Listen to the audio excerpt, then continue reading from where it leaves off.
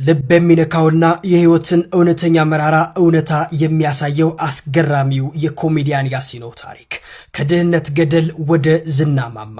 ነገር ግን ልብ የሚሰብር እውነት። የድሃ ልጅ ስትሆን ሐዘንህ ይረክሳል፣ እንባህ አይታይም። 5 ኪሎ ቅድስት ማርያም ቤተክርስቲያን ግንብ ስር አድሬ አውቃለሁ። አባቴ ዱቄት እየተሸከመ ነው ያሳደገኝ። ይህ የኮሜዲያን ያሲኖ የህይወት መጀመሪያ ነው። 1 ሚሊዮን ተከታይ ሲኖረኝ ስልክ አልነበረኝም ይላል ያሲኖ። በሰው ስልክ እየተቀረጸ የሰውን ልብ ግን በሳቅ ሲያፈርስ ቆይቷል። ብዙዎች በሶሻል ሚዲያው ገንዘብ ያገኛል ብለው ያስባሉ። እውነታው ግን ያሲኖ አሁንም ለብድር የማይደርስበት ሱቅ የለም። 1 ሚሊዮን ተከታይ ያለው ልጅ እናቱ ስትቸገር ሳይ ልቤ ይሰበራል ይላል። እናቴ ልጅሽ ደረሰልሽ ይሏታል፣ እውነታው ግን አልደረስኩላትም ሲል ይደመጣል።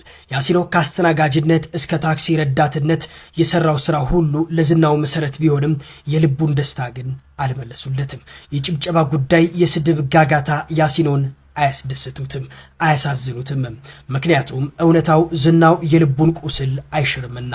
ይህ የኮሜዲያን ያሲኖ የህይወት እውነታ ነው።